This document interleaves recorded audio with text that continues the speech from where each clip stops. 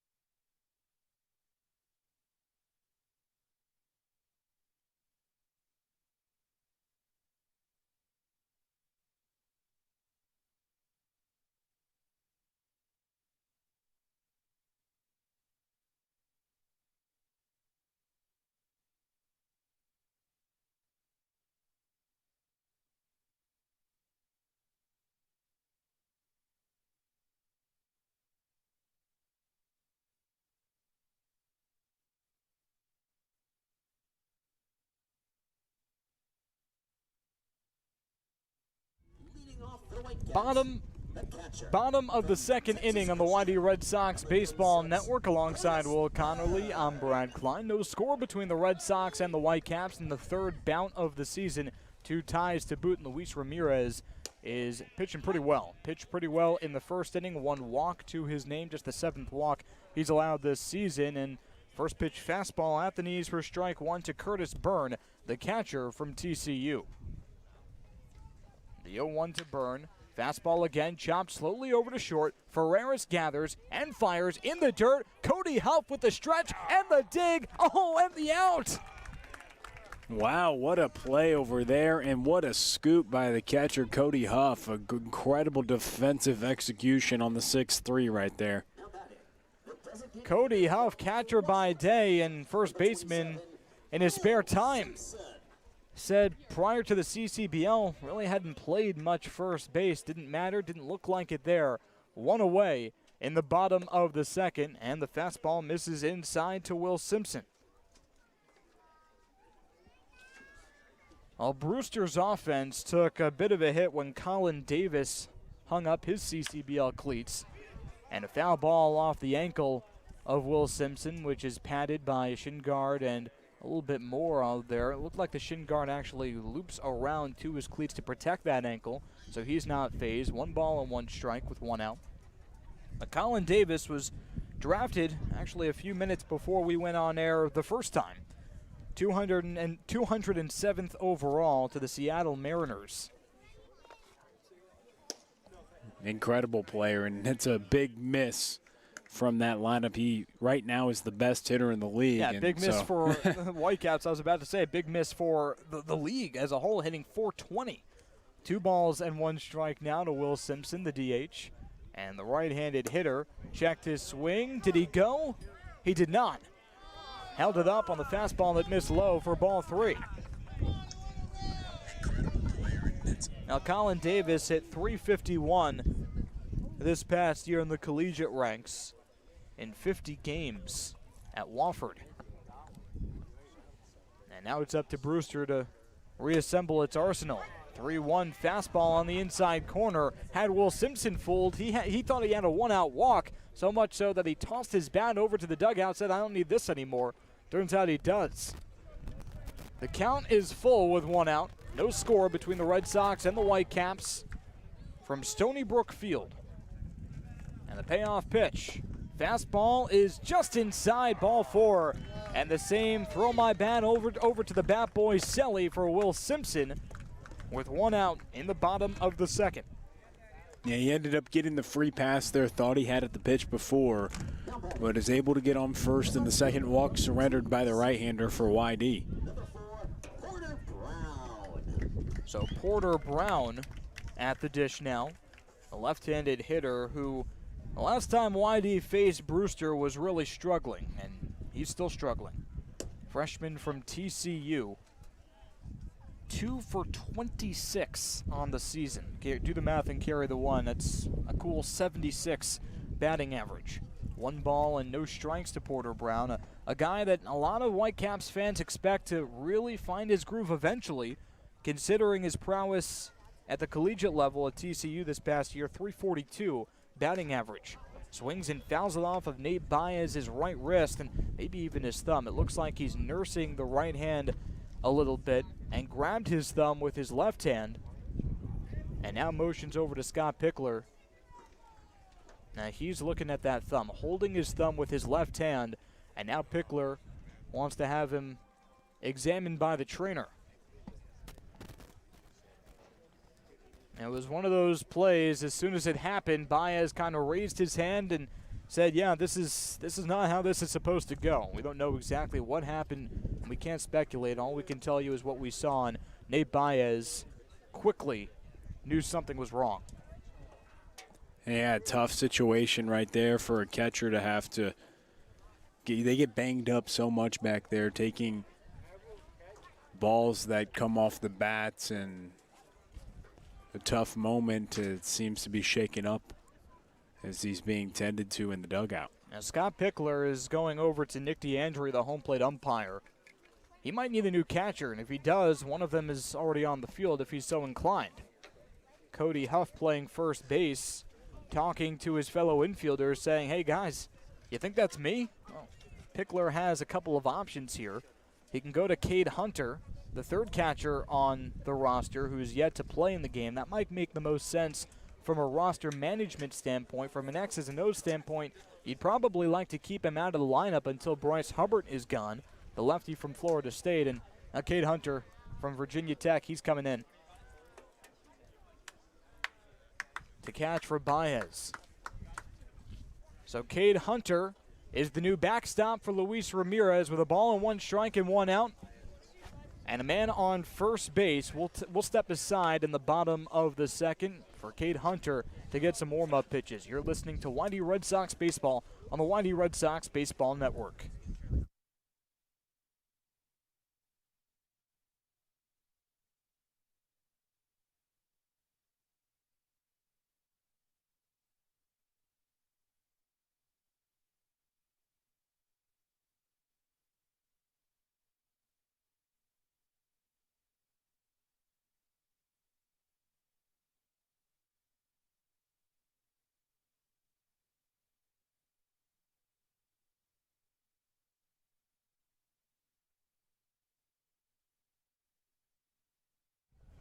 Well, that didn't take long. Cade Hunter in the game to catch for Nate Baez. A ball and 1 strike with 1 out.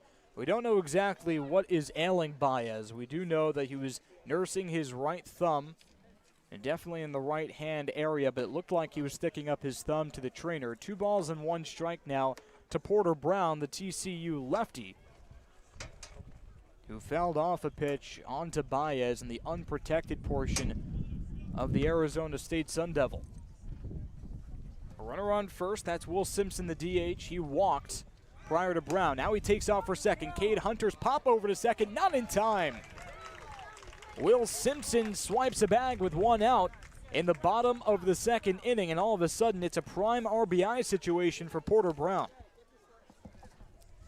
And they want to test the new catcher right away. And Cade Hunter out to have a word with Luis Ramirez. When Hunter came in to relieve Baez, there was no mound visit. There were a couple of warm-up pitches, and then it was go time. So here the 2 new battery mates are working together and conversing now. Will Simpson on second base with 1 out in the bottom of the second inning.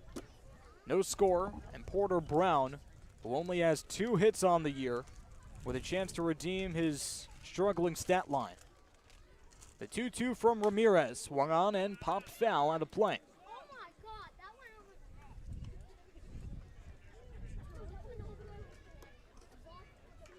Brown doesn't have a single RBI for the Whitecaps.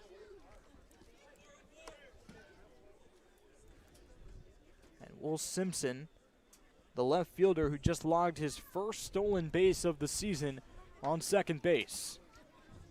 Ramirez comes set, kicks and deals. The slider got Porter Brown swinging for a mammoth of a second out.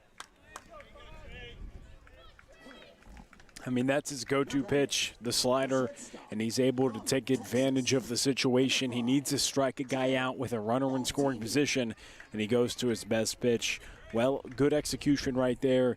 And for somebody that you go into the game with, you have your game plan with Baez, and then he leaves. Great job by Cade Hunter to dial it up and be able to handle Ramirez mid-inning as well. So here's Trey Faltini, the shortstop, who's only played 4 games this season. New addition to the Whitecaps. Takes the fastball low and away for ball 1. Well, Faltini from Texas, a right-handed hitter, freshman at 6'2", 195, and he's had his fair share of experts at Texas. Troy Tulowitzki is an assistant coach and learning from one of the best shortstops of his generation. The 1-0. Fastball tails inside, 2 balls and a strike. So something that we've noticed right away, Luis Ramirez not using the slider nearly as much as we're accustomed to seeing. He used it to get the 3rd strike on Porter Brown, but oftentimes that's his table setter pitch. He's gone to the fastball a lot more. And the 2-0-2 from Ramirez. Slider, this one grounded over to third. Graham gathers and fires across the diamond. Huff stretches again for the final out of the inning. No runs, no hits, and 1 runner left. 2 walks already on the day for Luis Ramirez. None have come back to bite him. There's no score at the end of 2 between the Red Sox and the Whitecaps right here on the YD Red Sox Baseball Network. Guapo's is home to the famous fish taco, overstuffed burritos, fresh guacamole, and something.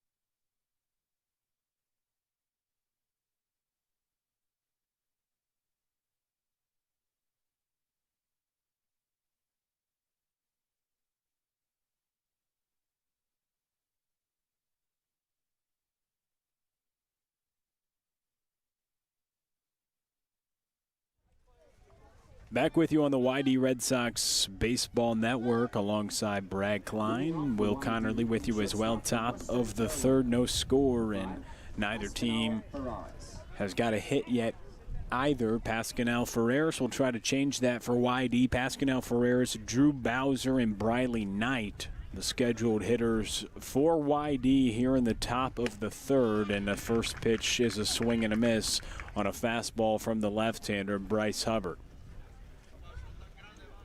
Well, Ferreras, I wouldn't call him necessarily a pull hitter, but he does like to pull a pitch if he sees something he wants to hit. Swings through the next offering and now in a 0-2 hole. And Porter Brown has a lot of speed in left field, but I do feel like he's playing very far over towards that left center field gap, and the left field line is exposed. 395 to center field, 375 to the left center field gap. Pascal Ferreras in an 0-2 hole. As Nick DeAndrea, the home plate umpire, dusts off home plate, and here comes the 0-2 from Hubbard out of the wind, and he makes quick work of Pascal Ferreras. 3 straight swinging strikes, and there's 1 out in the top of the 3rd. Now Ferreras continues to be bit by that strikeout bug. It's a problem.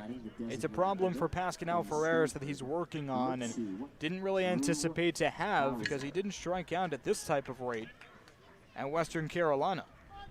Ferreras hitting 153 on the season, and now at the plate, Drew Bowser. He takes the first offering, a breaking ball that misfires. Bowser, the designated hitter, comes from Stanford, had a solid true freshman campaign for the Cardinal, but yet to get a hit for the YD Red Sox on the Cape, as the next offering on the 1-0 pitch misses low. 2 balls, no strikes here with 1 out. Top of the 3rd, no score. Have yet to see a hit here in this ball game is Hubbard, who's pitched very well so far this year, has mowed through the top portion of YD's order, and he gets Bowser to swing through a 2-0 pitch low and inside. So 2 balls and a strike, the count here to Drew Bowser. And the 2-1 pitch from Hubbard. Bowser hits this one to left center field, and it drops. Bowser's going to round first, a healthy round, and then step back on over to the pillow. And there you go, Drew Bowser, his first hit as a YD Red Sox, and good to see for the talented freshman. Went to Harvard Westlake, took his talents to Stanford, and someone who's a highly touted pro prospect. Glad to see him get his first hit for the YD Red Sox. Finally, now he can relax, now he can exhale, and now he can be Drew Bowser. That slump was affecting every aspect of his game, defense included, if you ask me. So now Drew Bowser can hit the reset button. He has a hit, and he can start his CCBL career. Briley Knight fouls back the first offering out of play to the left side. 0-1 the count. 1 out, 1 aboard after Drew Bowser got his first hit. And when you get that first hit, Brad, that's when more can start to come, and you get that feeling of getting on base, and you know how contagious and how streaky the game of baseball can be throughout the duration of a season, and hope to see Bowser get on a streak as such. As Knight squares around, drops it to the right side. It's hustling over to first and not going to be in time. It was gloved over by Thompson, the first baseman. He flipped it to Hubbard, but the left-hander didn't get there in time, as Briley Knight has himself a bunt single. Runners on first and second for the top of the order as Peyton Graham comes to the plate.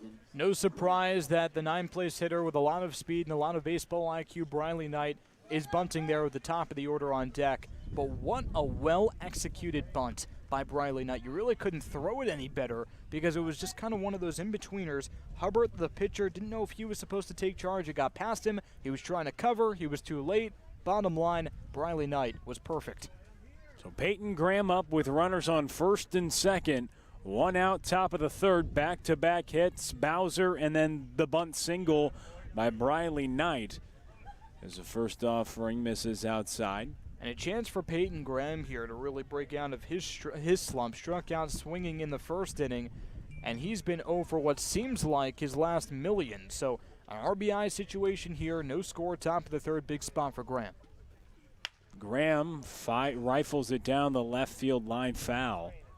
A ball and a strike to Peyton Graham. Again, the last time YD played Brewster, he was in the 370s. Now he's hitting 258, under 258. The average has dropped significantly with the slump, but Peyton Graham with 6 runs driven in on the season. See if he can't drive a few more here. YD in a nice spot with runners on first and second. They were just able to get 1 hit off Hubbard last time, but they have 2 in the last 2 hitters with Bowser and Knight on second and first. The pitch is fouled away by Graham back toward the Whitecaps dugout now, in a ball and 2 strikes to Peyton Graham with 1 away in the top of the third. But hits hard to come by, runs hard to come by against the stingy left-hander who's primarily worked in the strike zone. Has 5 strikeouts so far. Working here, top of the third. 1 away and 2 runners aboard. A ball and 2 strikes here to Peyton Graham. Hubbard comes set as he gets the sign from Byrne and the pitch. Graham pops it foul out of play over to the right side. And Peyton Graham, 2 home runs on the season, 16 hits, and you said it earlier in the broadcast, he's been a mainstay atop the order for Scott Pickler. On deck is Tanner Smith. Peyton Graham last time at the plate struck out. A ball and 2 strikes with 1 away. And here comes the offering. Swing and a miss, and Graham goes down swinging again. It's the 6th strikeout for the left-hander. Now 2 away in the top of the third. Strikeouts continue to be a problem for Pascal Ferreras and now for Peyton Graham and for YD as a whole. 12 of the final 15 outs by YD hitters yesterday were strikeouts. YD struggled, and you tailor that into the end of the Bourne game when Gonzaga right-hander went 4 perfect frames against YD. Now Verling just could not be stopped. And then you coupled that into, you got the victory yesterday as Tanner Smith fouls back the first pitch, 0-1 the count. The victory yesterday, but Orleans out-hit YD, and they took advantage of a 3-run inning when they just had 1 hit, 2 hit by pitches and 2 walks coupled with an error. They were able to take advantage of some miscues by Orleans and got the victory here. We'll see if Tanner Smith can't come through. He had a big day yesterday with 3 runs scored, 4 RBIs, and 2 home runs. The 0-1 pitch awaits here from the lefty. Misses high, a ball and a strike. Tanner Smith leading the team in runs driven in, and a prime opportunity to drive Bowser in, who's in scoring position at second. Briley Knight behind him at first. In the top of the third, no score so far.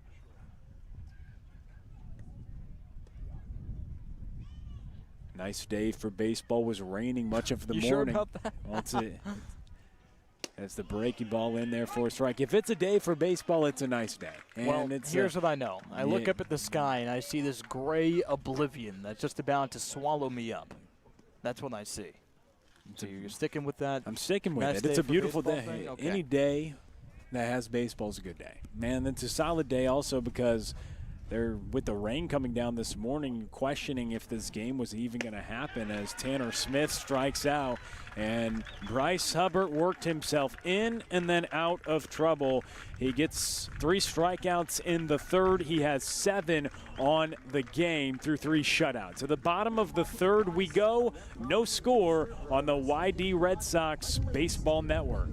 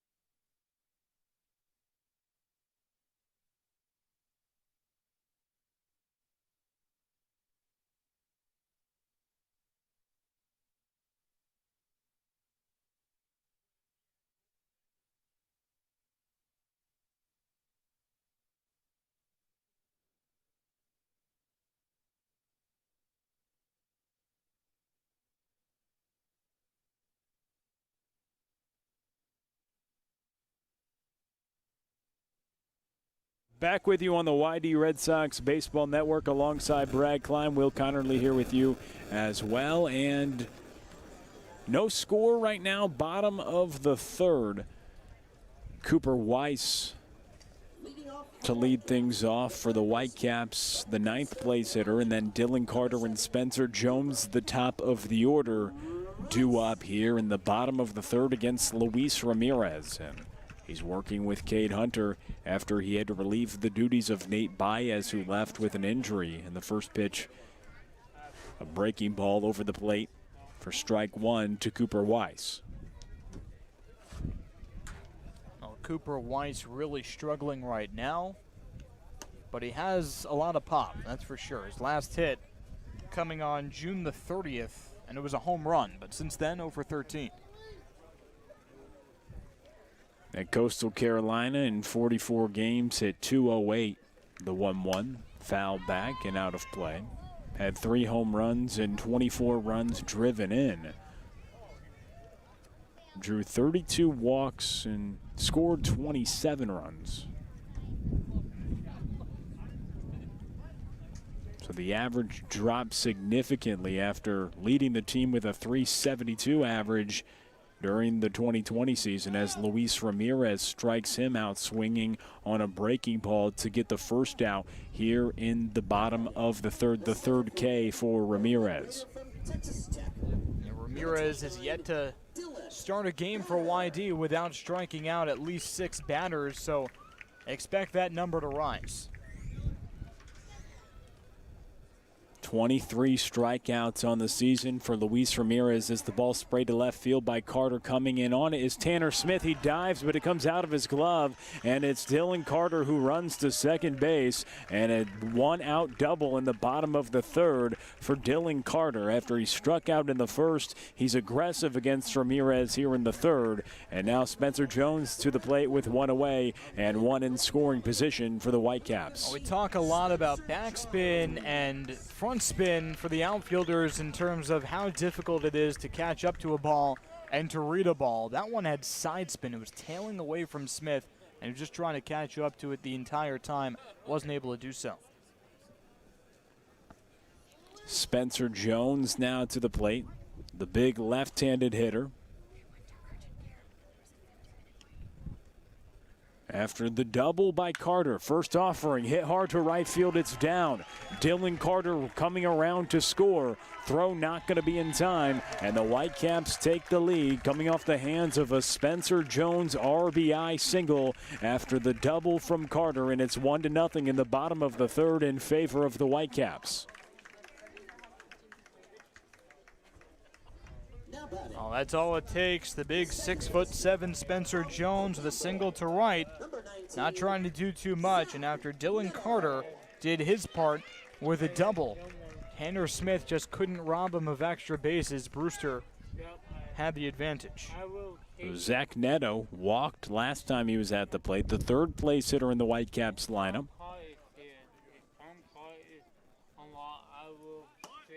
First, Neto was squaring around to bunt, thought better of it, pulled back, and it was a good idea because the pitch missed the strike zone. So a ball and no strikes with 1 out. Spencer Jones on first after his RBI single. After Ramirez struck out Cooper Weiss to begin the frame, he led up a double to Carter, and Carter came around to score on the single from Jones, and now falls behind 2 balls and no strikes here to Zach Neto.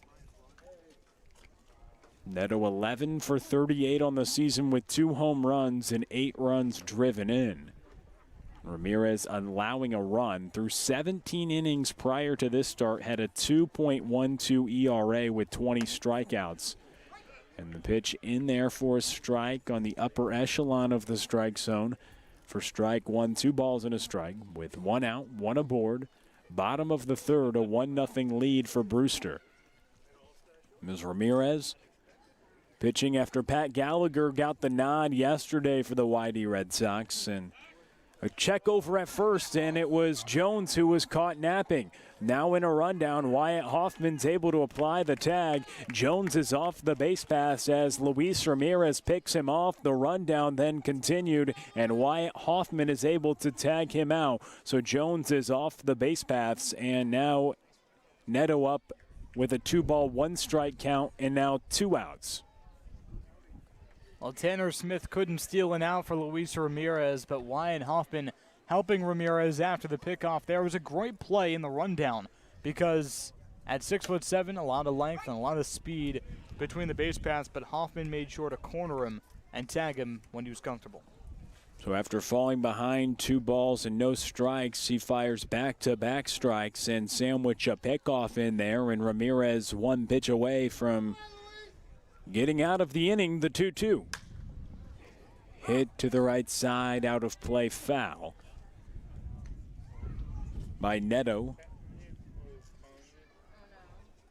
who has 11 hits on the season for Brewster.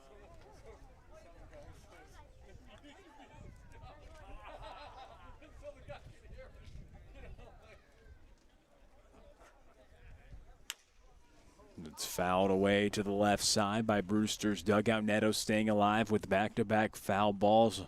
2 balls, 2 strikes, 2 outs, bottom of the third. Nobody on a 1-0 lead for Brewster. The double by Carter, then he came around to score on the RBI single by Spencer Jones. Ramirez out of the wind, the 2-2 slider. Did he go? He did. Ramirez gets the strikeout to end the third, but not before Brewster had 1 run on 2 hits. Nobody left. To the fourth we go. 1-0 lead for Brewster on the YD Red Sox Baseball Network.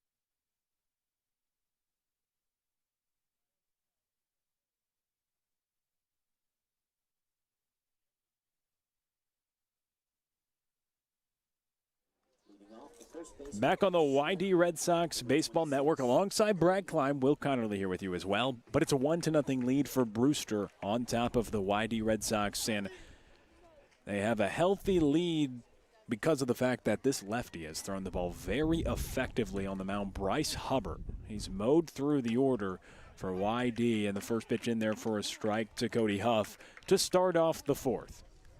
But what have you seen from Hubbard through 3 frames? I mean, he's just racking up the strikeouts. YD no stranger to that, but the lefty with great stuff today. It's the ability to throw the breaking ball for a strike, and that really throws off the hitter. As Huff fouls it away to the right side, and Yeah, you mentioned throwing off the hitter, keeping them off balance. 7 strikeouts through 3 frames. That's keeping the team off balance. He did that last time against YD as well. Well, like this at-bat specifically against Cody Huff, he starts him off with a curveball, right down the middle, and there's no way in the CCBL where you're seeing 95 every day that Cody Huff is going to be sitting on a curveball to start off the count, so now he doesn't know what's coming.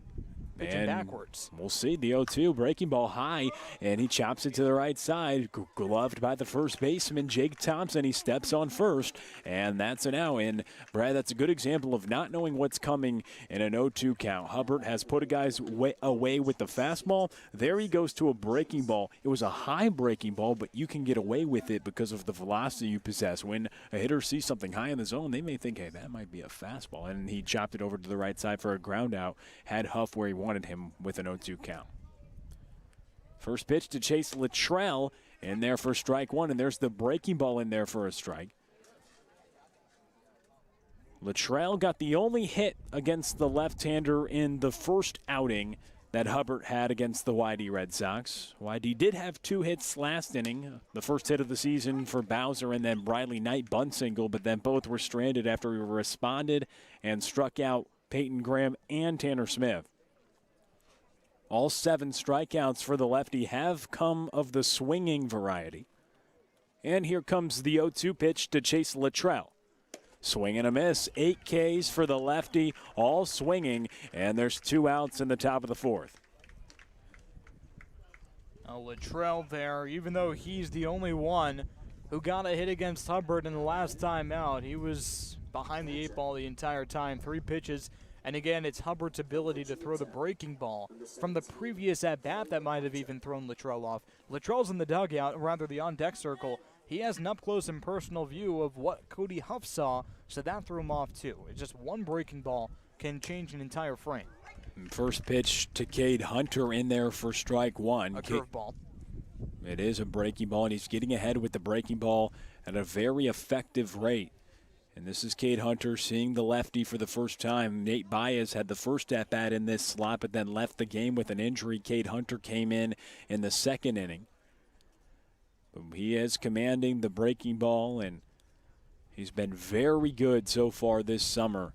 A very talented lefty with a super high ceiling. The 1-1 misses low. As Cade Hunter 3 for 29 on the season with 1 run driven in. Hitting here with a 2-ball, 1-strike count with 2 outs in the top of the 4th. A 1-0 lead for Brewster.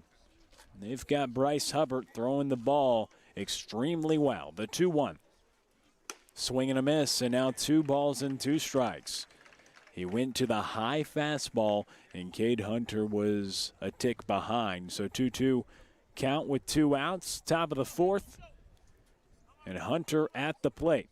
Well, if you're Cade Hunter, you're hitting a .03, and Hubbard has already racked up 8 strikeouts. You can't give him anything. Those elevated fastballs, you can't be chasing those. And he did for strike 2 and laid off for ball 3. It was very impressive there to self-correct mid-at-bat. And here comes the 3-2 to Cade Hunter. Swing and a miss. 9 strikeouts now for the left-hander through 4, and he is dealing. Brewster up 1-0. We send it to the bottom of the 4th next on the YD Red Sox Baseball Network.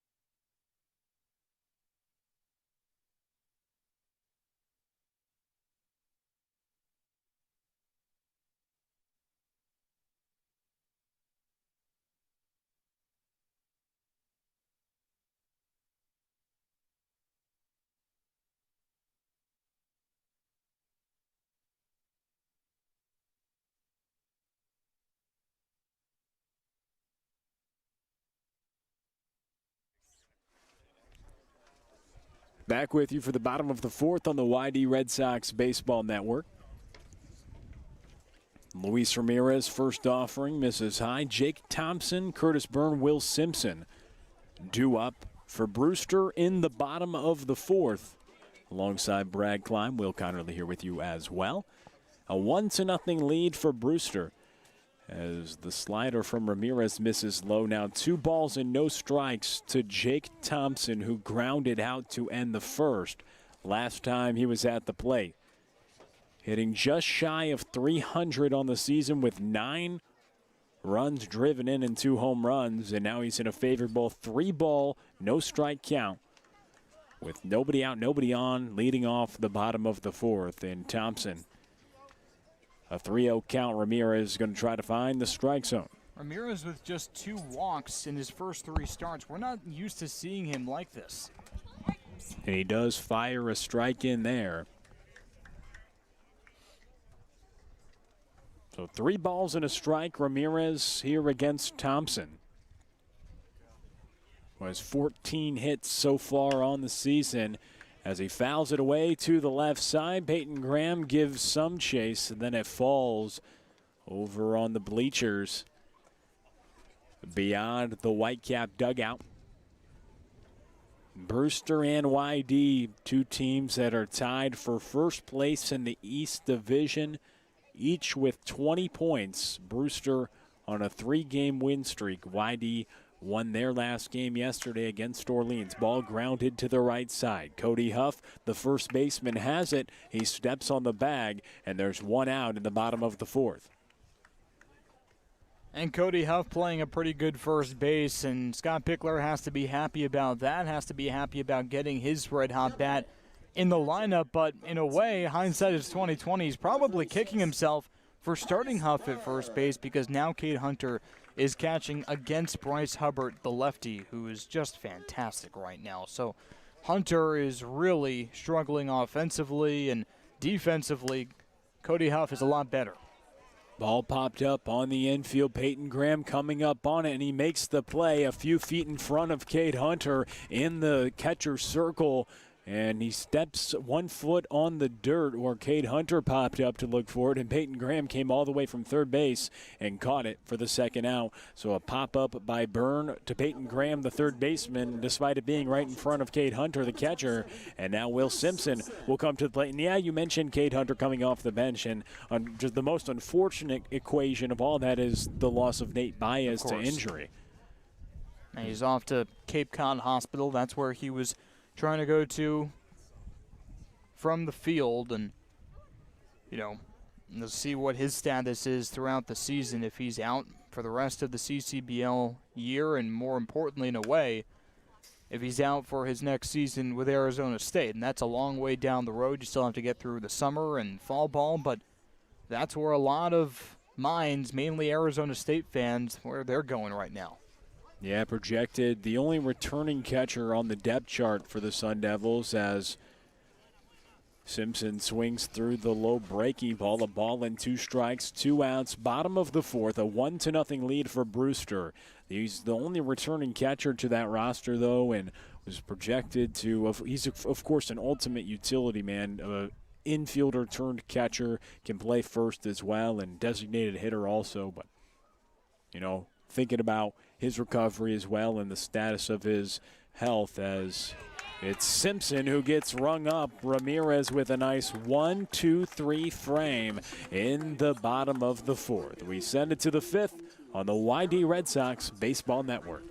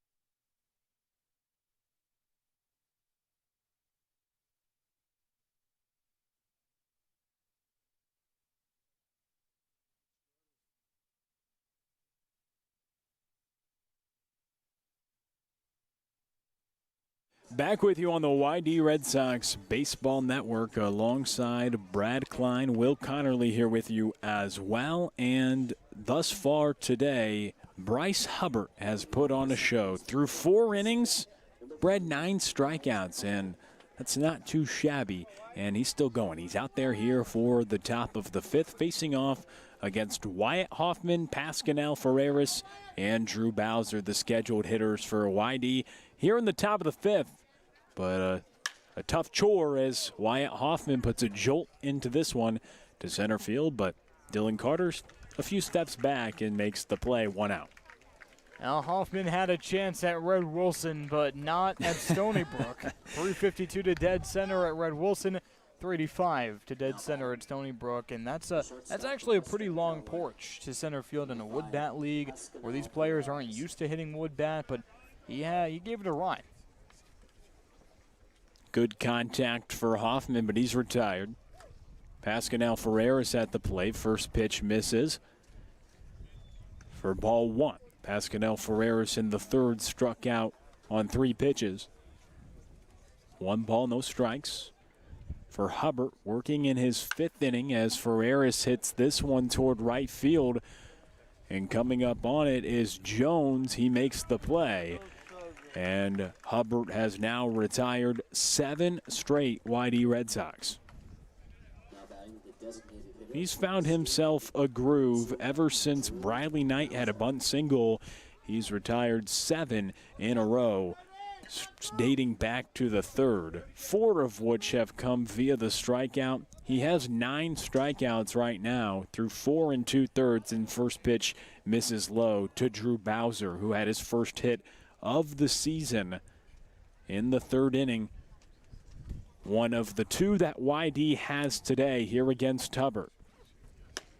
Line drive to left center field, and Bowser is back. And when I say back, I mean this is the Stanford version of Drew Bowser that you would hope to see, right? And there was no way we were going to see that until he got that monkey off his back. The 2-0 to Bowser misses high, and he started the season he ended the season rather at Stanford very well, was on a solid hitting streak, and he came to Cape and struggled to begin his season. Was 0 for his first 16, but got a hit in his first at-bat here today, and now he finds himself aboard for the 2nd consecutive time, drawing a 4-pitch walk and Bradley Knight to the plate. And Will, a lot of people might look at that and say, okay, a 4-pitch walk, he just stood there, and 4 pitches later he's on first base. But let me tell you, that is impressive because he's only walked once before. So this is a guy who struck out 9 times in his first 16 at-bats. And now, after having that hit, his confidence is back. He doesn't feel like he has to chase. There were a couple of really tough takes in that at-bat, a couple that weren't so tough, but he earned that walk. As Bradley Knight takes the first pitch for a strike, 0-1 the count, 2 outs. Drew Bowser on first after the 4-pitch walk in the top of the 5th. YD down by a run. Hubbard comes set. And he's going to take a check over at Bowser on first. But also, Brad, he had the hit, and that puts thought into the pitcher as well. Hey, he put a pretty good jolt into that ball last time at the plate. Maybe he was trying to be careful with the Stanford infielder, and Bowser drew the 4-pitch walk. And Hubbard, not somebody who walks too many players. That was just his first walk issued today. Ball grounded to the right side. Diving play made by Jake Thompson at first. Then he rushes over to the bag to make the play. And it's 5 complete innings of work for Bryce Hubbard with 9 strikeouts, 1 walk, and just 2 hits. Brewster leads 1-0. We'll send it to the bottom of the 5th on the YD Red Sox Baseball Network.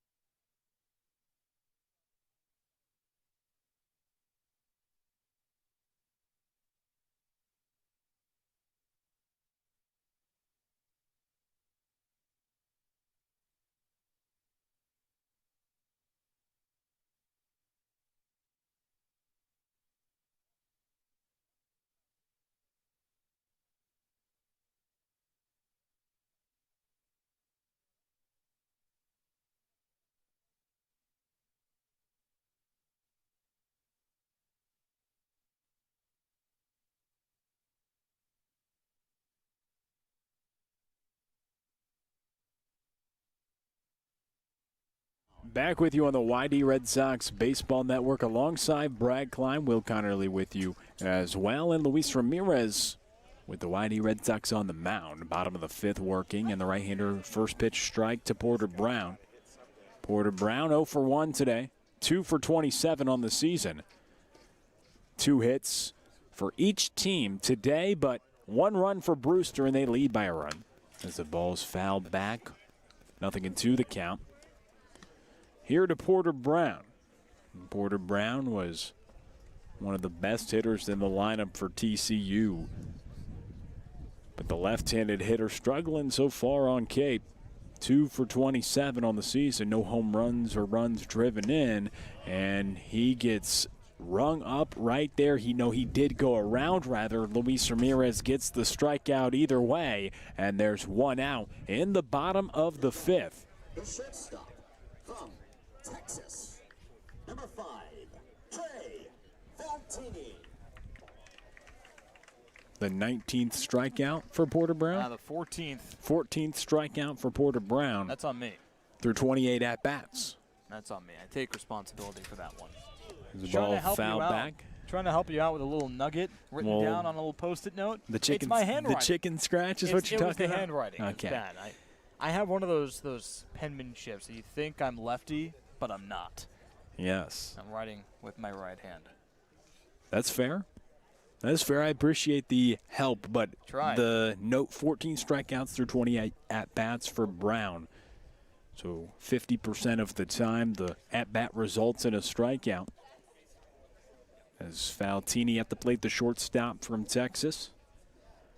1 for 12 on his young Cape season.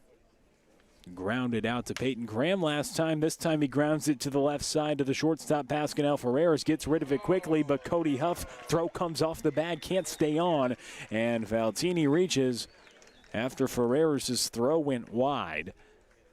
You'd think they would call that an error on the shortstop Pascal Ferreras after the throw brought Cody Huff off the bag. And that brings up Cooper Weiss.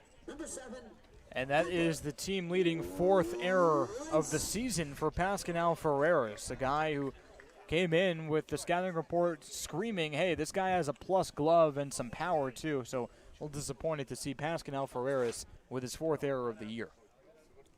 So Luis Ramirez, the right-hander, comes set, and Cooper Weiss at the plate. Valtini at first, the check over on him, gets back in time. Spencer Jones, he was picked off in the 3rd. Ramirez does have a solid pickoff move, keeping the runners close for his catcher, Cade Hunter. Pitch misses high, bunt was shown, then pulled back by Weiss. Here, 1 ball, no strikes, 1 out. 1 on here in the bottom of the 5th. It's a 1-0 lead for Brewster. The previous 2 meetings between the Whitecaps and the Red Sox, they've resulted in ties. And both teams right now deadlocked with 20 points atop the East Division. The 1-0 pitch, swing and a miss, and a ball and a strike. Here to Cooper Weiss, the 9th place hitter in the order. Dylan Carter on deck, who doubled last time at the plate, then came around to score in the 3rd. Off a RBI single from Spencer Jones. The lone run we've seen today, that tally coming in the bottom of the 3rd. A ball and a strike.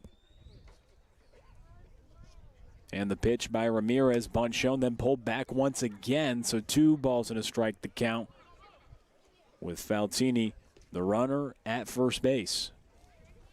Brewster very confident in Bryce Hubbard and even more confident in their bullpen. With another lefty getting warm in that bullpen, that they're going to be able to salvage this 1, maybe 2-run lead if they bunt again. Swing and a miss on the 2-1 pitch, and now 2 balls and 2 strikes. And, I mean, that's music to all YD Red Sox fans' ears if someone's getting warm in the bullpen, because a good opportunity for Hubbard to get out of the game is what the YD Red Sox want right now. He's really locked in on the mound. 5 innings and 9 strikeouts, just 2 hits, no runs. So good news for YD if his night is complete on the mound. Check over at first, and the tag applied. He got him. Luis Ramirez with another pickoff, and he gets Trey Faltini off the base pass. He picked off Spencer Jones in the third, Faltini here in the fifth, and there's 2 outs. Luis Ramirez with a quick pickoff move, and it's worked a couple times today. 2 balls, 2 strikes, 2 outs, and the pitch here to Cooper Weiss. Swing, and it got a piece of it, and also got a piece of Cade Hunter.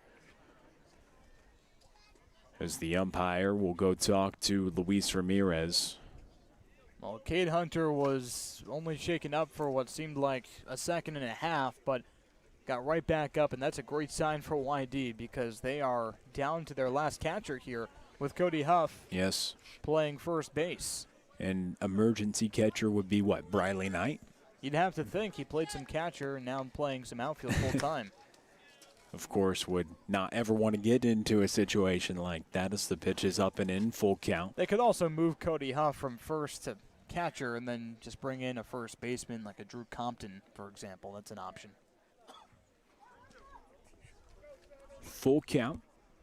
Here to Cooper Weiss. Pitch misses low. Inning extends as Luis Ramirez surrenders a 2-out walk in the bottom of the fifth to Cooper Weiss, and that brings up Dylan Carter. The center fielder, Dylan Carter. number 29, Dylan Carter. Despite there being 2 outs and despite there having been no ducks on the pond, that's a bad walk for Luis Ramirez. Cooper Weiss, a bona fide strikeout victim, a guy that you know is always a chance to strike out. Runner off the pitch. Hunter throws it down. Then the ball goes past Ferreras, the second baseman Hoffman, there to back it up. But no, it's the walk to the ninth place hitter as well, coming up to face Dylan Carter, who doubled last time, too. So he's the ninth place hitter. He's a strikeout victim. You had him in a 2-strike hole. And he has speed, and he proves that with a stolen base. So now, instead of side retired, you have a runner on second with 2 outs for the top of the order. In the top of the order, Dylan Carter, the outfielder from Texas Tech. Hit .207 with 15 runs driven in 35 games for the powerful Texas Tech team. Hit .280 in the shortened season in 18 games in 2020. Atop the order for Brewster, doesn't strike out a ton, puts together good at-bats, has 4 hits so far on the season for Brewster, and one of which came in the third when he hit a double and then came around to score to lead off the third. But now he's up in the bottom of the fifth with 2 outs and a 1-ball, 1-strike count with Cooper Weiss in scoring position at second base. Brewster leads 1-0. Ramirez with a check over on second base runner Cooper Weiss, and the pickoff attempt over to Pascanel Ferreras. He shifts to his left and gathers it, but no play at second base. Ramirez has picked off 2 base runners today, and he was keeping an eye on Cooper Weiss, the speedy runner at second base. The 1-1 pitch to Carter, swing and a miss, and now a ball and 2 strikes to Dylan Carter in the bottom of the fifth. 2 hits for Brewster, 2 hits for YD. A 1-0 lead for the Whitecaps. And they're at the plate, bottom of the fifth. 1 ball and 2 strikes to Dylan Carter. Ramirez with the check. He kicks the pitch, misses outside. Count evens at 2 balls and 2 strikes. And Ramirez taps his chest once on YD's red uniform, saying, hey, that one's on me. Missed his pitch. Just missed it, and he wanted to go to the slider on 2 strikes to Dylan Carter, who doubled his last time up. He knows this is a big at-bat for him, maybe even his last one. You want to end and go out with your best pitch. Action in both bullpens. Ramirez with the pitch. Fouled away.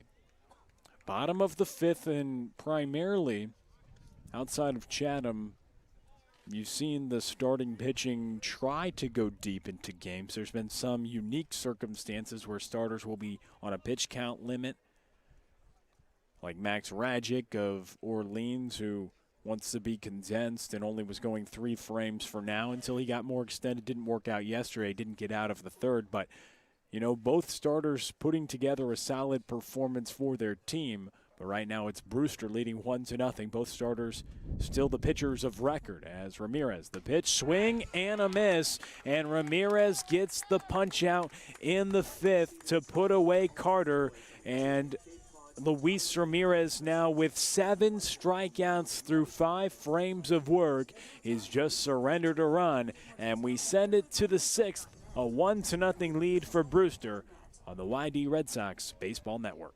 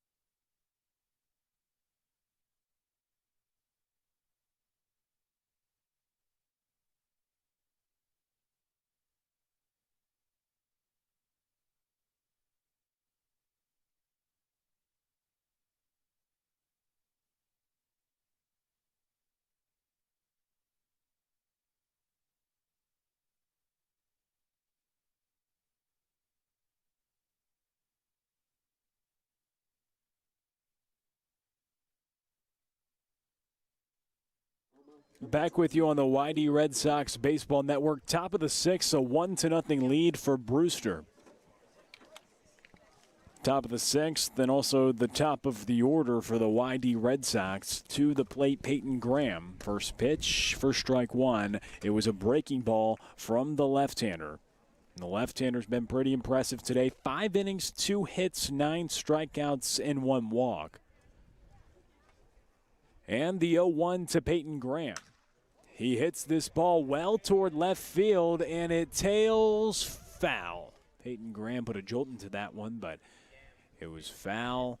Would have been extra bases if fair, but a few feet foul, and now a 0-2 count to Hubbard, who already has 9 strikeouts. That's when you know you're cold. Peyton Graham really did put a jolt into that one. He was on it and just got ahead of it.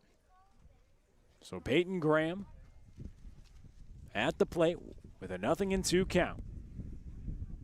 Hubbard gets the sign. He shakes once. Digs into the glove and delivers the 0-2. Breaking ball in there for strike 3. He rings up Peyton Graham, and there's 1 out in the top of the 6th. Tanner Smith to the plate. The 10th strikeout for the left-hander. And the 3rd for Peyton Graham. That did not really start as a problem for him to start the year. It's become one. Now 20 strikeouts on the season. He's actually approaching the team lead. The breaking ball froze him as the fastball in the outside corner for strike 1 to Tanner Smith. Chase Latrella is 24. You'd imagine that eventually he'll be drafted probably tomorrow, so that title is going to belong to Peyton Graham sooner rather than later if he doesn't fix his approach. And now an 0-2 hold to Tanner Smith after he went around on a breaking ball that missed in the dirt. So 0-2 count. The lefty Hubbard working on the mound and working very effectively thus far during this contest. He gets the sign from Byrne, and here comes the 0-2 to Tanner Smith. And Smith gets a piece of it foul to the left side. 0-2 count, 1 out, top of the 6th. And a 1-0 lead for Brewster.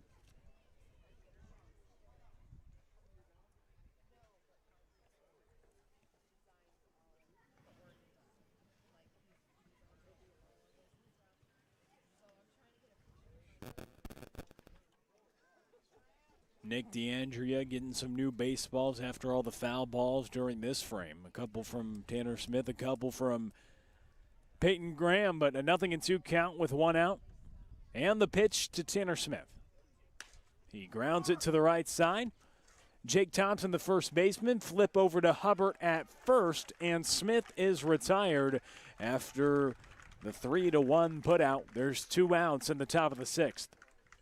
That's a great play by Tanner Smith. Granted, he was out at the bag, but that's a ground ball off the bat. I don't think anyone at Stony Brook Field expected it to be a close play. It really was bang, bang. Cody Huff now comes to the box with 2 outs in the top of the 6th. Hubbard, first offering. Huff is swinging, pops it up to the right side. Zachary Neto is there to make the play, and Hubbard retires YD in order. 6 innings of work and 10 strikeouts for the Southpaw. To the bottom of the 6th we go next on the YD Red Sox Baseball Network.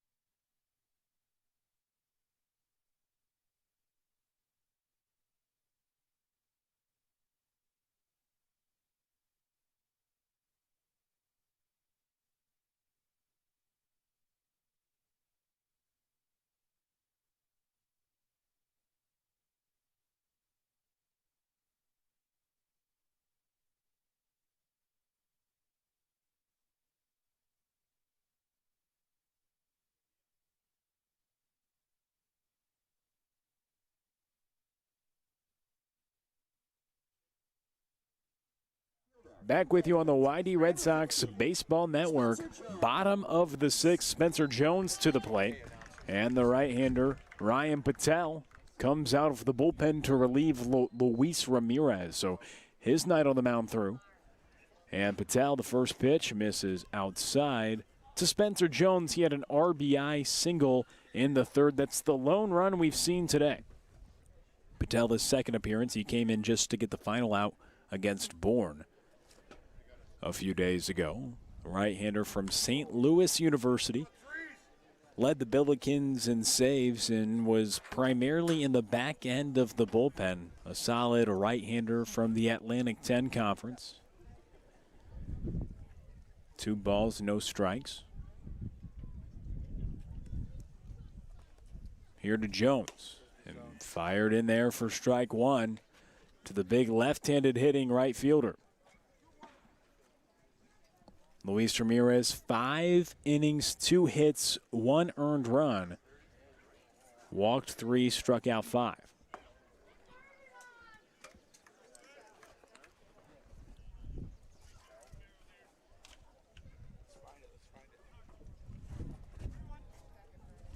Correction, 7 strikeouts for Mr. Ramirez on the day as the right-hander Patel with a 3-ball, 1-strike count. And it's fouled away to the left side. Count runs full here to begin the 6th.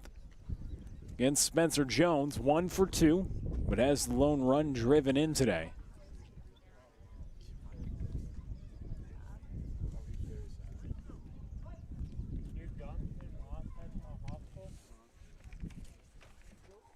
And the 3-2 to Jones. He went around, and Patel comes out of the pen and strikes out the first guy he sees. One away in the bottom of the 6th.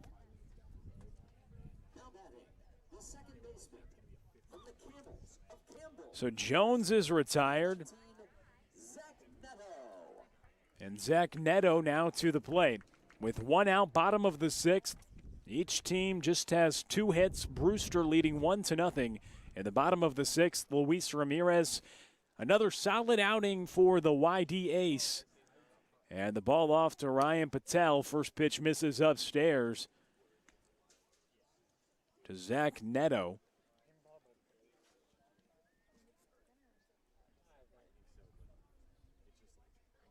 Neto hitting .289 on the season in his 14th game for Brewster this summer. And the 1-0 pitch, foul back, a ball and a strike with 1 out. But Brad, Luis Ramirez, another solid performance, another quality start, another quality outing for the right-hander, the ace of the YD Red Sox. And that's because he's the ace of the YD Red Sox. He's kind of the crown jewel of the staff, and he shows you why. The 7 strikeouts, even when you and I were talking off air, we both agree he didn't really have his stuff today. Still manages 7 strikeouts. Yeah, yesterday when Pat Gallagher had the ball, you said, hey, it's a Pat Gallagher day. And today it was a Luis Ramirez day. And when you have those arms that can go in back-to-back order, that pitching staff, the front line of the pitching staff, some of the best in the league. Pat Gallagher yesterday got 6 strikeouts, notched his total up to 25, which actually gives him the league lead. But Luis Ramirez going neck and neck with him as it's a single to left field by Neto with 1 out here in the bottom of the 6th. So 1 out, 1 aboard, and now comes up Jake Thompson, who's 0 for 2 today. The 3rd hit for Brewster. Dylan Carter had a double in the 3rd. And then Neto with a single here in the 6th.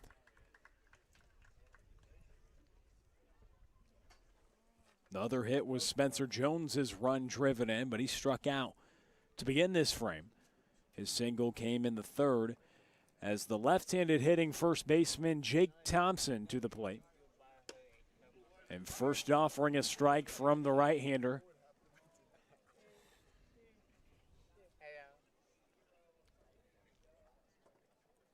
Thompson out of Oklahoma State.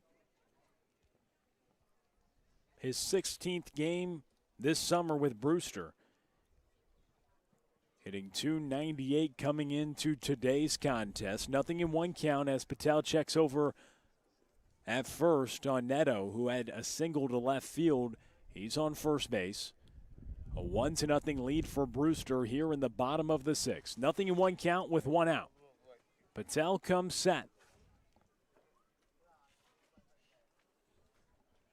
Neto dancing off first. Patel wants to take another look at him. Back in time. On the pickoff attempt.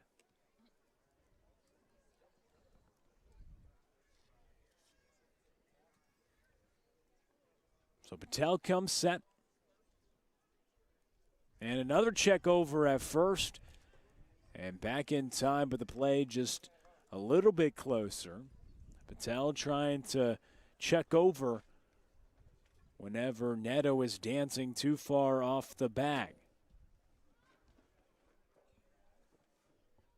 Thompson hit .342 with 4 home runs this past season as the pitch misses upstairs on the 0-1 pitch, so count evens at a ball and a strike.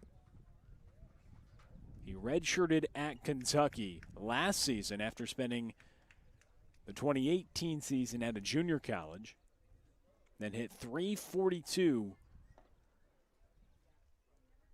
The infielder from Oklahoma State as the pitch misses upstairs.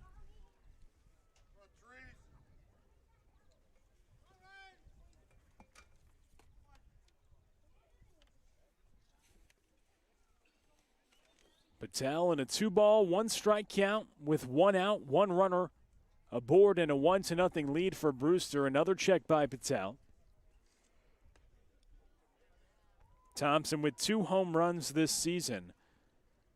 Hit them both when he had 2 strikes on him.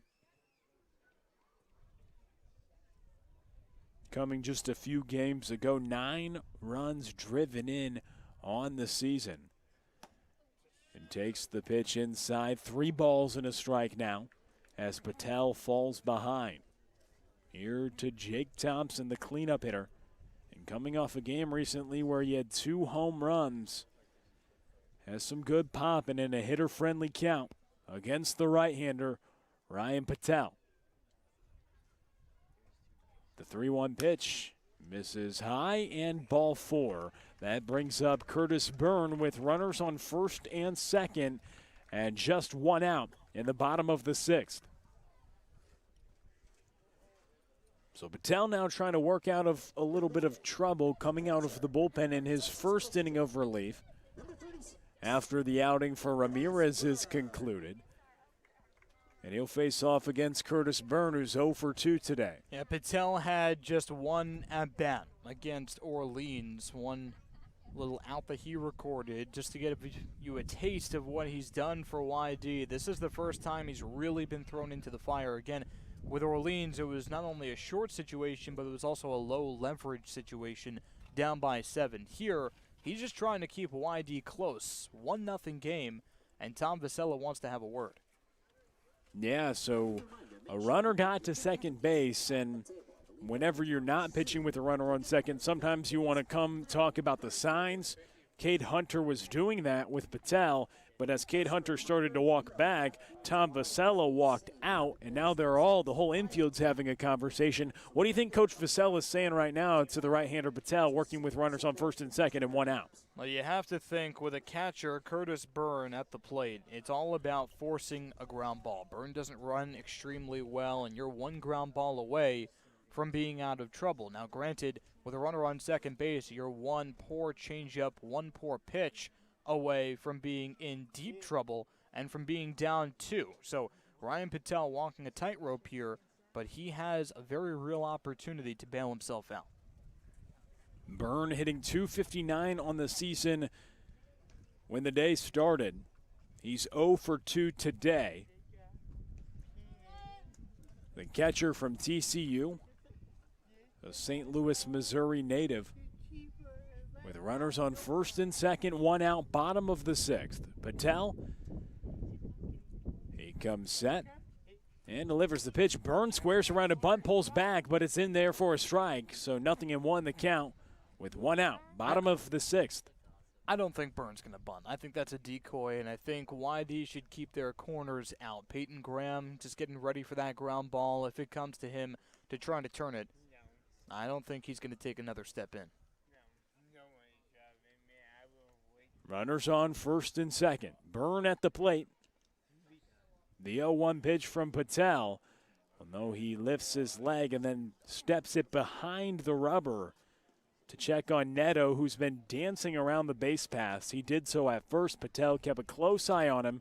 But now at second, moving his feet a lot when Patel does his checks over to second base.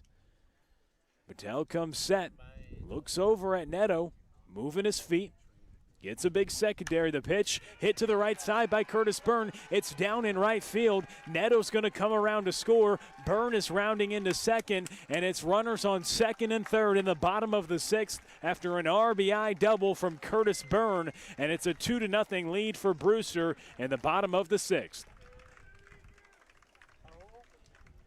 That's 1 pitch away from being down 2, and just Patel just hung up a breaking ball in the middle of the zone. Allowed Curtis Byrne to catch up to it, no problem. He sprays it opposite way. A nice piece of hitting by Curtis Byrne. The second double of the season for the catcher, Curtis Byrne, and gets an RBI. His 4th RBI of the year, and Brewster leads 2-0, bottom of the 6th. Patel still trying to work out of this frame. 1 out, runners on second and third. Will Simpson, the designated hitter at the plate, and he's way out in front of an off-speed pitch, so 0-1 the count. After he swings through the low breaking ball. And now the infield is in. The reason being, now you're down by 2 with a struggling offense behind you, and the double play is completely out of play. So ball's coming home on a ground ball. The 0-1. Pitch misses low as Simpson left it.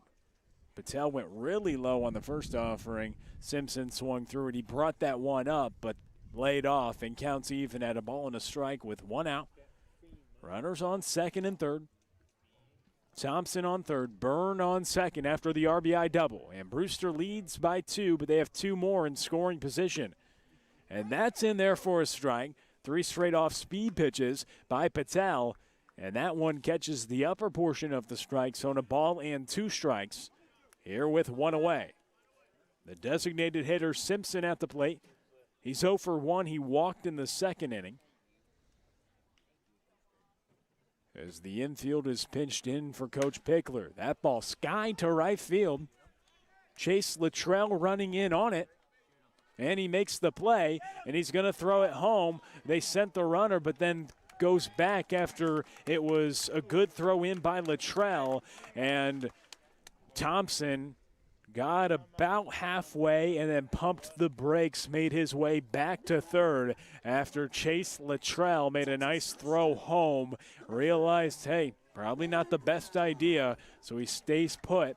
And now Porter Brown to the plate with 2 outs and runners still on second and third.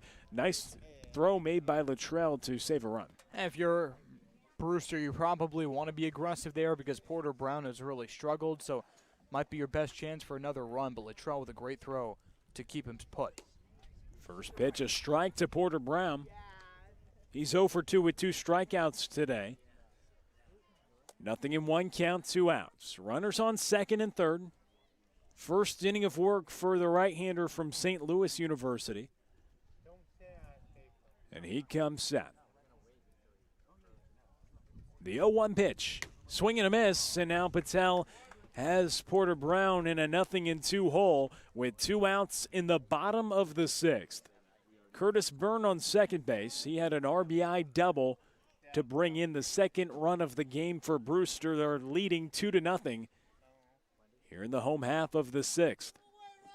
And Porter Brown at the plate, an 0-2 hole. He's already struck out twice today in as many at-bats. The 0-2, and he strikes out again. Patel with the strikeout on the fastball. Porter Brown watched it go by, and 2 runners are stranded for Brewster, but they score a run on 2 hits and 2 left. We're through 6, and Brewster leads YD 2-0 on the YD Red Sox Baseball Network.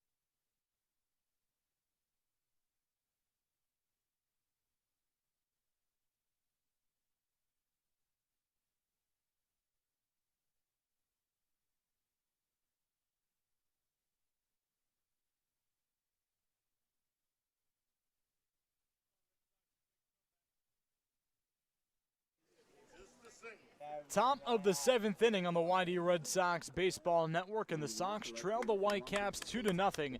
Chase Luttrell leading off the frame for YD, and a new pitcher on the mound for Brewster. It's Hunter Pattison, the lefty from Central Florida, and if you're a Red Sox fan, that can only come as good news because Bryce Hubbard was absolutely electric. 6 innings of scoreless baseball, just 2 hits allowed. Chase Luttrell waves at the first pitch, changeup low, and goes around for strike 1. He also had 10 strikeouts as well, so put together a great performance, and it's another lefty on the mound who's pretty solid, but not Bryce Hubbard. Luttrell was 2 of those strikeouts, both swinging, and chops it to the right side and foul. Jake Thompson, the first baseman, tried to charge in on it to keep it fair, but it sliced too quickly. No balls and 2 strikes to Chase Luttrell, who's trying to snap an 0-for-11 skid that the Red Sox as a team are on. Yeah, and an opportunity to do that, battle up and get base runners aboard and try to make a comeback in this one. It starts right now. Pattison deals, and the breaking ball in the dirt. He went around, strike 3. The second 3-pitch strikeout of the day for Chase Luttrell and the 3rd overall. 1 away in the top of the 7th, and Zach Liu comes in to replace Cade Hunter. This is a surprise move for Liu to come in to replace Hunter, not because Liu's a righty, Hunter's a lefty. That makes sense. What doesn't is that now YD is with only 1 catcher in the lineup. Cody Huff, you would think from first, he's going to have to move to play catcher. Yeah, you move him over to catch for sure, and then you could have Peyton Graham move over to first. You could do a lot of things defensively to make it work, but they want to get some at-bats going right now. Breaking ball settles into the zone for strike 1. Count even at 1-1 to Zach Liu from the 6'5", 200-pound lefty from Central Florida with an 8.22 ERA, 5 appearances. And now 6 as Liu pops it down the right field line and foul. So a ball and 2 strikes with 1 out. Brewster leads 2-0, and no one on base for the Red Sox.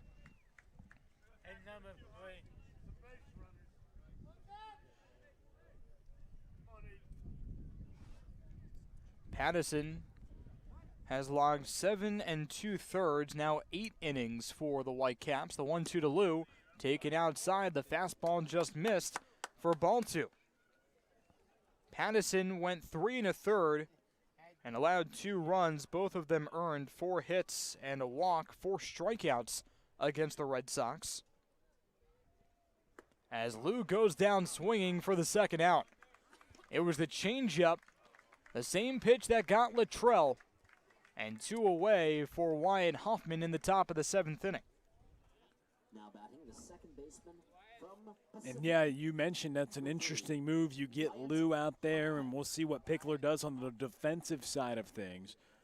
But YD now just desperate to get a base runner. Over the last 3 games, they've gone through stretches where they get shut down. And the offense not fully coming together and getting hit after hit. But once they can get one, once they can find a base runner, it can become contagious. Their last base runner came in the 3rd inning on a bunt single by Briley Knight. Wyatt Hoffman is 0 for 2 on the day, a ground out and a fly out. 0-1 the count with 2 outs. And a ground ball slowly hit over back to Pattison. The lefty flips it over to first in time. Side retired.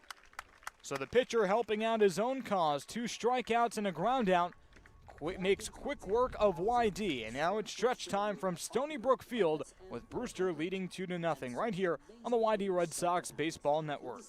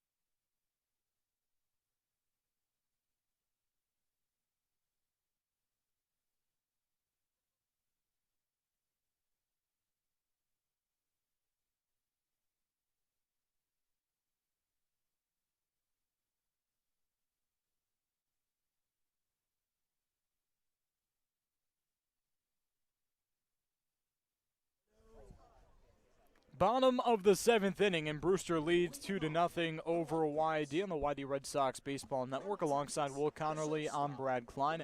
Ryan Patel on for his second inning of work in relief of Luis Ramirez, the starter for the Red Sox, who was pretty good. 5 innings, 2 hits, 1 run, and 7 strikeouts. And now Patel, who gave up that second run on an RBI double from Curtis Byrne, faces Trey Faltine. Pops it foul out of play down the right field line. Now Faltini reached on an error in the 5th inning. Came on a low throw by Pascanel Ferreras at short, but he's been relieved of his duties. Scott Pickler has Rubik's Cube this defensive alignment big time.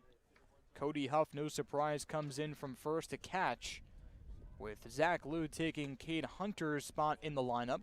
Liu is playing third. Peyton Graham is playing short. He moved over from third to short. Wyatt Hoffman stays put at second base. And Chase Luttrell is playing first. Moves in from right field. 1 ball and 1 strike to Faltini. And the shortstop takes the breaking ball, a front door breaking ball from Patel. That might have been his best pitch of the day. 1-2 the count. You wonder if he goes back to it in a situation like that where he placed it in a good spot against a pretty solid hitter. And he clocks him on the forearm. That left forearm, Ryan Patel dials it up, and Faltini just had no time to get out of the way. So that means that Trey Faltini has a free pass to start off the bottom portion of the 7th inning. Now batting the third baseman from Coastal Carolina, number 7, Cooper. Brings up Cooper Weiss, the third baseman from Coastal Carolina. 0 for 1 on the day, walked in the 5th inning, ended up stealing a base.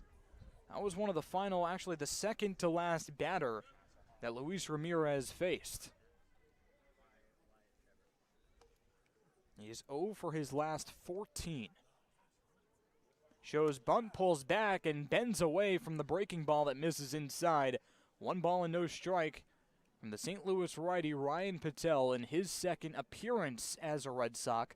Logged 1/3 of an inning against Orleans. It was actually the 27th out that the Red Sox got just to get Patel in there. And now Cooper Weiss with his open stance. The right-handed hitter shows bunt again, pulls back at the last minute. The changeup missed low and away for ball 2. The open stance, something of a power hitter, no surprise there. Cooper Weiss had 3 home runs, but only a .208 batting average at Coastal Carolina, a guy that a lot of people think has that power potential. Hasn't really come to fruition at the NCAA level as of late. And takes the fastball at the knees for strike 1. 2 balls and a strike to Cooper Weiss, with a runner on first and no one out. That runner, Trey Faltini, with a lot of speed, reached on a hit by pitch.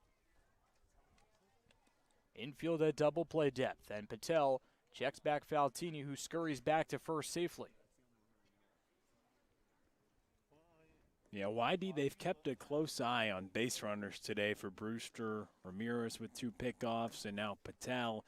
Last inning had to work with runners on base, and he was throwing over a lot. YD pitchers as a whole, they've done that this year. They've done a good job of it. Weiss showing bunt again. He lays it down the first base line. Patel chasing on. He flips it over to first, and the runner advances to second. That's Trey Faltini, but 1 away as Cooper Weiss is thrown out, trying to chase first base. Nice play right there made by the pitcher, Patel. He had to run to the first base line, and in that situation, when you barehand it, you have an opportunity to either run and do a throwing dart or flip it, and it's a quick decision you have to make. Usually pitcher has one or the other as a preference, and he flips it right there over to Luttrell at first, but a nice play made by the right-handed pitcher who had to hustle over to the line to get that one. Brings up Dylan Carter, the center fielder, with a runner on second, and the breaking ball turns him around inside for ball 1. Well, Carter doubled and scored a run in the 3rd inning That was sandwiched by 2 swinging strikeouts. 2 of the 7 strikeouts that Luis Ramirez racked up. As a team, Brewster has K'd down 9 times. The 1-0 misses outside, the fastball with too much run. And that's where he's missing in this inning. If you look at the hit by pitch by Faltini, it was up and in, arm side. And that's exactly like you said, the run. And sometimes when it's running too much and you're missing arm side. And that's a tough adjustment to make mid-inning, but something he's going to have to figure out. 2 balls, no strikes. Trey Faltini on second base. The breaking ball missed low for ball 3. But typically that's good information to know as a pitcher. Hey, I'm missing arm side. Do I adjust my focal point? What do I try to shift? What do I try to change to combat that? To overcalculate and say, hey, I'm missing too much on arm side. I'm going to try to work closer to the glove side, and maybe it runs over the plate. Dylan Carter taking all the way. The fastball is in there for strike 1. In 2021 for Texas Tech, hit .207 with 15 RBIs. Texas native from Flower Mound, Texas. A freshman at 6 foot 210. Carries himself bigger though. Look at him in the left-handed batter's box. He doesn't look like he's only 6 foot and only 210. Put together. So maybe a dated dimension there. 3 balls and 1 strike to the left-handed hitter Dylan Carter, who started the season 0 for 9. Has since picked it up. Since then, hitting .300, takes a dip down now. The count is full. Well, he is put together, and he has football in his background. Was multi-time All-State football player, and his father played at the Air Force Academy. He played football there. The Achilles heel in the shortened 2020 season when he hit .280 was that he struck out 38 times in just 107 at-bats, though. Full count, 1 out. Faltini on second. Payoff pitch. Fastball misses arm side. Again, too much run. And it's runners on first and second for the meat of the order, Spencer Jones with 1 out. And Scott Pickler has seen enough. Ryan Patel's day is done. An inning and a third for the St. Louis righty. Brewster leads 2-0. A chance to expand upon that with runners on first and second, and Spencer Jones at the dish next on the YD Red Sox Baseball Network.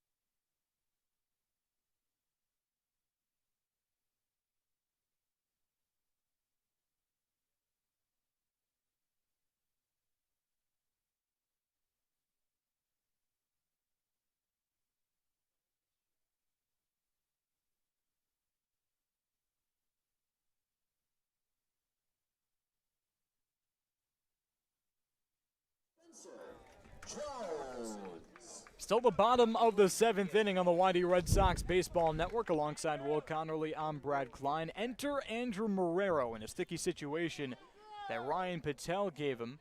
The hard-throwing righty from UConn facing runners on first and second, and the Vandy kid Spencer Jones at the dish at 6'7", takes the fastball for strike one. You'd have to think that's not a strike for most players, but at 6'7", that's a big strike zone. And the umpire awards Andrew Marrero the strike on the first pitch fastball. Nick D'Andrea on the same page as Marrero, who checks back the runner at second base. No throw. Stepped off and went through the throwing motion. But Marrero wants to take a look at Trey Faltini at short. And you mentioned Andrew Marrero. When you talk about a pitcher and then you mentioned sticky situation, my mind went somewhere else. Well, we won't go there. Andrew Marrero taking his time. The 0-1, changeup missed outside. Count even at 1-1. So it's Trey Faltini with speed at second. Dylan Carter with a lot of speed at first. And only one out. Count even at 1-1. Andrew Marrero, his last time out facing Brewster, an inning and a third of scoreless baseball. That came at home in a tie. The 1-1 tie. And the 1-1 pitch missed low for ball two. These two teams have faced each other twice already. Both of them have been ties. The 5-5 opener, and then a stalemate at one apiece later in the season. This is the first time the Red Sox have been on the road in Brewster. But this is an Andrew Marrero-esque situation. Bottom of the 7th, back-end guy trying to maintain just a 2-run deficit. Strike two taken by Jones on the fastball, so the count is now even to Spencer Jones, who hit .274 for Vanderbilt as a sophomore. That's 10 RBIs, 5 doubles. Andrew Marrero comes set, shifting down, and the 2-2. Fastball in the inside corner, just inside. The count is now full. It was inside, so it pushed Jones off the plate, but Marrero looked like he was shimmying in a bit of a celly for the second out, so he didn't get it. The count is now full with one out and runners on first and second. Brewster leads 2-0 in the bottom of the 7th inning. Andrew Marrero looking back at Faltini at second. Modest lead. Payoff pitch is taken low for ball 4. Andrew Marrero had Spencer Jones where he wanted him. A 2-strike count, but walks him on the 3-2. Back-to-back walks. The first coming from Patel and the second from Andrew Marrero. Loads the bases with one out for the 3-hitter, Zachary Neto. Neto singled in the 6th and scored a run. He's 1 for 2 on the day.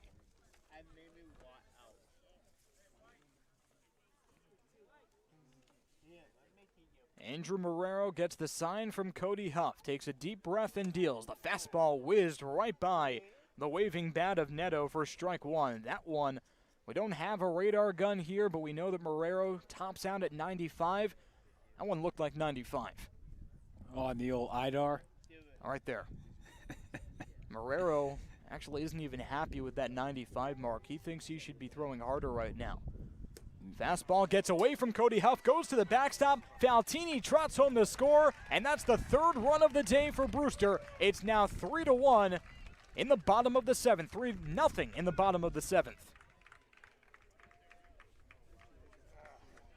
Yeah, pitch got away from Huff right there, and a situation where Marrero, we mentioned the velocity, he was throwing hard and got away, got to the backstop, and Faltini, who reached on a hit by pitch, comes around to score. And during this frame, Brewster loaded up the bases without getting a hit. It was the command that has abandoned the pitching staff from Patel, and now Marrero in this frame for Brewster to now take a 3-0 lead.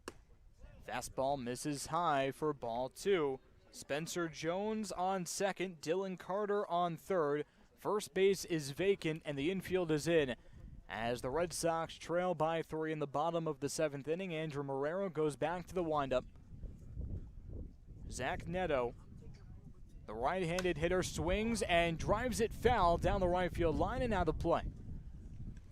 And back to what you were saying about Marrero, we told him, hey, you hit 95 the other day. He goes, I should be sitting there.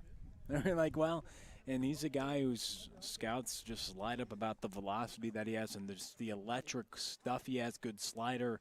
He's a really good pitcher. The 2-2 from Marrero. Breaking ball, slap to the right side. Wyatt Hoffman ranges to his left. The throw home, not in time. No tag applied by Cody Huff. No point.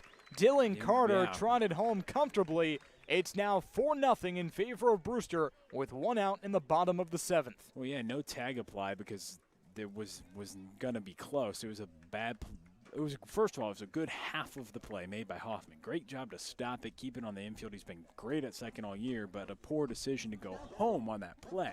You agree? It's just you didn't have a play at the plate. It was a slow roller to Hoffman between first and second, and so it took him a while to get the ball. And plus it was hit on the ground, so Carter was running on contact. On the he right had a head side. start on the right side. That was a perfect storm for Brewster and for YD there. So 1 out, runners on the corners. It's Spencer Jones on third, Zach Neto on first. He takes off for second. Huff's throw down is in time. Got him. Stop running on Cody Huff. Cody Huff has caught all but 1 base stealers this season and cuts off a base runner. Now it's just runner on third, 1 runner on third with 2 outs in the bottom of the 7th. Still 4-0 for the Whitecaps, though. Yeah, Cody Huff's pop time is really impressive. I mean, no one can run on Cody Huff so far in his action behind the plate. It's been really impressive. He's gunning out runners, and right there, it was Neto who had an extremely good jump there, and he was off to the races, but a perfect throw by Huff and tag made there by Graham. It was a nice play.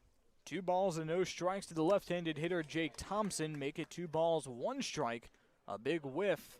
A home run cut by Thompson from Oklahoma State.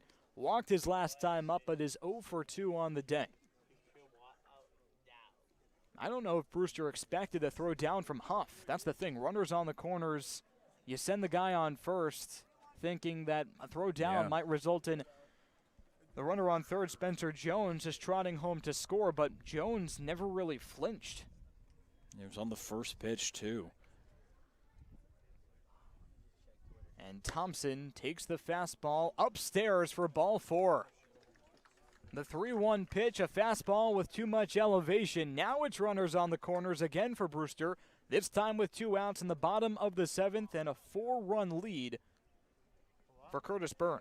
A 4-run lead, but also 4 free passes in this inning for YD pitching. Hit by pitch, walk, 3 walks and 1 hit by pitch just here in the bottom of the 7th. Command not in effect for YD pitching here in this frame. And so that play about Hoffman, I mean, he's been really good at second. Also, he wasn't looking at home. He got up and threw it right after the fact and going home there, but Huff made a really good play thereafter. Runner goes again. Cody Huff throws it down to second, and a sitting duck between first and second. Jake Thompson is tagged out, but another run comes around to score. That one was by design. Spencer Jones saw that his teammate Jake Thompson was caught in a pickle and stayed in that pickle long enough for the runner Jones to cross and score the 5th run. A nice play by Brewster to steal a run. It's 5-0 at the end of 7 in favor of the Whitecaps right here on the YD Red Sox Baseball Network.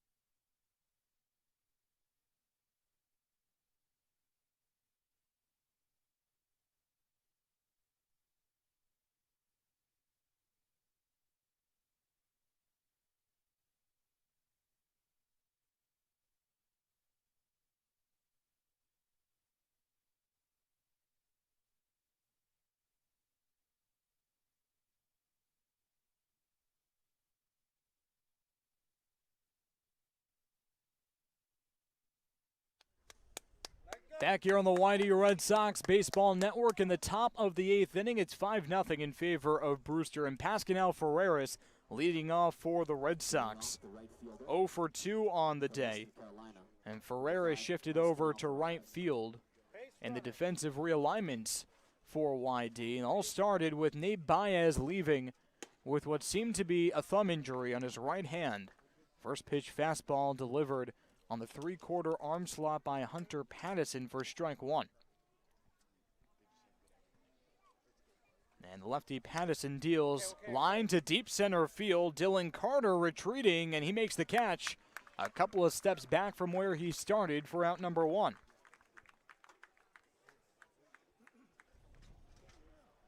So a line out by Pascal Ferreras. He hit that one on the nose, but nothing to show for it. Drew Bowser now at the plate with one out in the top of the 8th inning, down by 5. He's been on base twice today after reaching base just once prior to this game. A long offer for Drew Bowser was snapped in the first, or rather third inning, with a single to left center field, and then walked on 4 pitches in the 5th. No balls in the strike, the fastball by the knees, and another fastball chopped foul to the left side. It looked like it was on the dirt, and it started to roll back towards fair territory, about 5 feet away from the line when it started to carry him to the right. And Drew Bowser, when he saw that it had some English on it, he took a couple of steps towards first base, but it was touched foul by Hunter Pattison, the lefty from UCF, who worked a pretty spotless 7th inning, 2 strikeouts and a ground out right back to him. The 0-2, change up, skips low in the dirt for ball 1. Brewster scored 1 in the 3rd, 1 in the 6th, and 3 in the 7th. Off of Ryan Patel and Andrew Marrero combined. Breaking ball is taken just inside for ball 2. It looked like Drew Bowser thought that might have been 3. Took a bit of a deep exhale there after the ball call was made. The 2-2, fastball nubbed to the right side. The first baseman Thompson gathers and tags Bowser on his way to the pillow for the second out. 5-0 score here. That's the same score. Bourne on top of Hyannis right now in the top of the 5th. The Harbor Hawks are 2-14 on the season, in jeopardy of falling to 2-15, down 5-0 against the best team in the league, the Bourne Braves. So probably going to drop to 2-15. No other scores around the league except Harwich on top of Chatham, 2-0 in the second. Briley Knight, the left-handed hitter, takes the first pitch fastball low in the dirt for ball 1. Now Bourne really seems to be unstoppable. In the top of the 5th, they lead 5-0. Drive around the CCBL brought to you by Curry College. In the bottom of the 6th, no score between Orleans and Falmouth. And in the top of the 2nd, Catuit and Wareham are scoreless as well. Briley Knight lines it slowly up the middle. Charging in is Faltine from short. Barehands it, fires across the diamond in time. Side retired. Trey Faltine with a web gem there. And in the middle of the 8th inning, it's still 5-0. For the Whitecaps. You're listening to YD Red Sox Baseball on the YD Red Sox Baseball Network.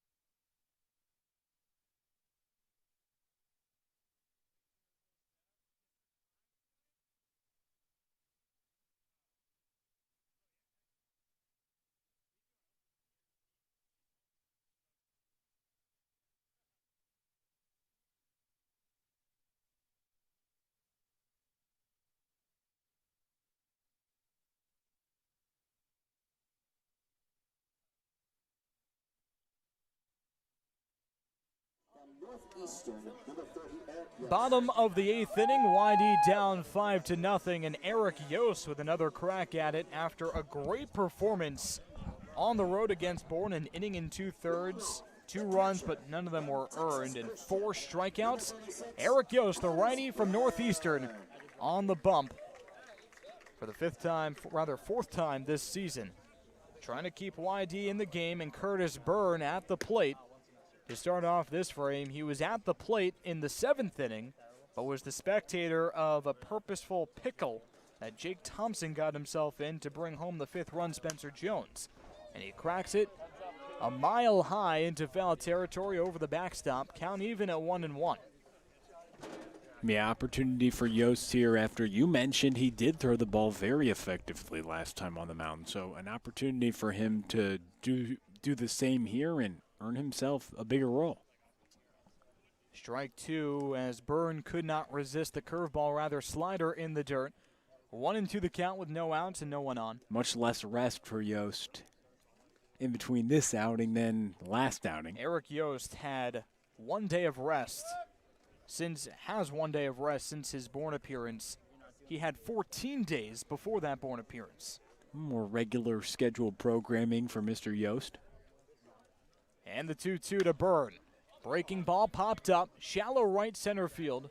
Wyatt Hoffman is under it, and the second baseman makes the grab for the first out. Well, Eric Yost was born in 2002, October 15th, 2002. He is 2.5 years younger than the league average, which means he's a baby, and anything he's doing right now could be considered gravy, but to be on the Cape at his age and pitching the way he's pitching right now, it's a big deal. Yeah, it might not be gravy. It could be the mashed potatoes.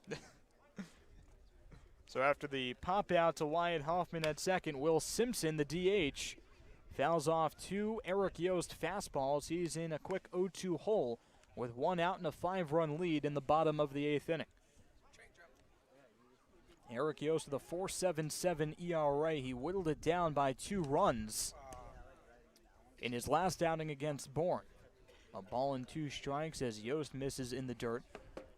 But his youth, that just shows that he's really good at a young age. And when you can come onto the Cape as a true freshman, it's very impressive.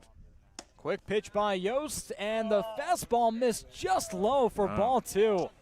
Looked pretty good from here. Eric Yost thought so too, with a bit of a shrug of his shoulders, wondering where that one was, according to Nick DeAndrea, the home plate umpire. The 2-2 from Yost. Change up, foul back off of the mask of Cody Huff, and Will Simpson on the check swing was just lucky to get a piece of it, but it looked like it did nab the cage of Cody Huff, and the last thing that Eric Yost wants to do is bang up Cody Huff for 2 reasons. One, he's the last catcher that is available in this game. And I know the other reason, yeah, I think. I'll tell you in a second. Nate Baez left earlier in the game with what seemed to be a thumb injury, and Cade Hunter was subbed out as a pinch hitter for Zach Liu. The other reason is they're roommates, and that could make for an uncomfortable situation at the dinner table tonight. Drop third strike as Will Simpson chases the breaking ball, and Cody Huff doesn't even bother throwing down to first because Simpson stays put by the plate, and he tags him on the right hip. So 2 away in the bottom of the 8th inning. Yeah, Simpson, I mean, on the drop third, you can run. You should run. You can run. Thanks for letting him know. He wasn't aware. And, well, it seemed as though that probably wasn't the case, and he stood there, and Huff said, well, the thing is he did run a little bit and then stopped. A little bit. He got. And then Cody Huff ran with him and then went back and tagged him. I'd say he got to the precipice of the right-handed batter's box, rather left-handed batter's box. 1 ball, no strikes to Porter Brown in that left-handed batter's box. And he chops it foul to the right side by the YD dugout. Contact has evaded Porter Brown, has 3 strikeouts today, and a guy who actually had a golden sombrero against YD earlier in the year. So the TCU product really, really struggling. 2 for 29 on the season. Big swing and a miss for strike 2. 2 for 29, by the way. With 16 strikeouts as well. 16 strikeouts. That's a 69 batting average for Porter Brown. 1 ball, 2 strikes. Eric Yost got 2 quick outs. Fastball missed just inside for ball 2. So that's the second straight fastball that just missed on a 1-2 count. Yeah, that one was a little more off the plate than the last one. Yost from the windup. Changeup popped up over the backstop and out of play. So Eric Yost is about to throw his 17th pitch. We'll see if Scott Pickler lets him go and complete the game. Sure, it depends on what Whitey does in the top of the ninth. The 2-2. Breaking ball is just low, and Eric Yost was halfway to the Whitey dugout thinking he had strike 3. That one was much closer than the 1-2. That one looked like it was right there. That was a perfect slider by Eric Yost. And the Northeastern product goes back to the slider. This one in the dirt, indisputably, for ball 4. So Eric Yost doesn't get 2 calls that both would be defined as precipice calls. And then a slider that he bounced. Precipice calls? Pitcher's calls? Precipice, like borderline. Borderline. Yeah. Vocab. Well, you've used it twice today, and I know the listeners, everyone's got it from the context clues. That? You know, twice in the last few paragraphs if people are writing down. You need the context clues, is what you're saying. Well, I picked up on it. Okay. Well, maybe the listeners do. So precipice is my second favorite word. Can I tell you my favorite word? Side retired? No, that'd be my favorite phrase. Fastball misses low from Eric Yost. Trey Faltini, the shortstop, at the dish. Go ahead, I want to guess. Guess. You're not going to get it right. You can guess. You're not going to get it. Would the listeners potentially know? Could we give them Probably a not. comment? You'd have to know me really well. How about I know my family's not listening. Is Rubik's Cube up there? No. No. But I do like to turn nouns into verbs. Like I say rifles a lot. Rifle is a noun. I turn it into a verb. I dig it. Faltini checked his swing, went around. This was Count rifle? Even at 1-1. No. No. Okay. You're never going to get it right. All right. Should I just tell you? You can do that or leave me on the hook. Either one. I'll tell you. It's up to you. I don't want to keep you waiting. Eric Yost's changeup misses outside for ball 2. It's kerfuffle. I've used that one before. Kerfuffle. That's a word you can use when you're broadcasting in football, right? Yeah. Under the pile, ball is loose, and they don't know who gets it. I don't what think a kerfuffle. kerfuffle is widely used by the target demographic for football, though. That's the only problem. Could it be used in a soccer game? A bunch of people get together with a kerfuffle there. Now, no? but you can only. How could you is use really it good in the in a English broadcast? language. It's best used with a British accent, so soccer would work. That would work. Okay. There's a kerfuffle on the field. All right. 3 balls and 1 strike to Faltini as the slider missed outside. Runner goes. Fastball's in there for strike 2. Doesn't matter. Cody Huff nabs the runner at second base. Porter Brown has speed. Not enough. And Cody Huff once again catches a runner trying to steal. The 3rd time he's done that today. Signed retired. At the end of 8, Eric Yost gets 3 outs, facing 4 batters. Whitey still down by 5. Heading to the top of the 9th. Right here on the Whitey Red Sox Baseball Network.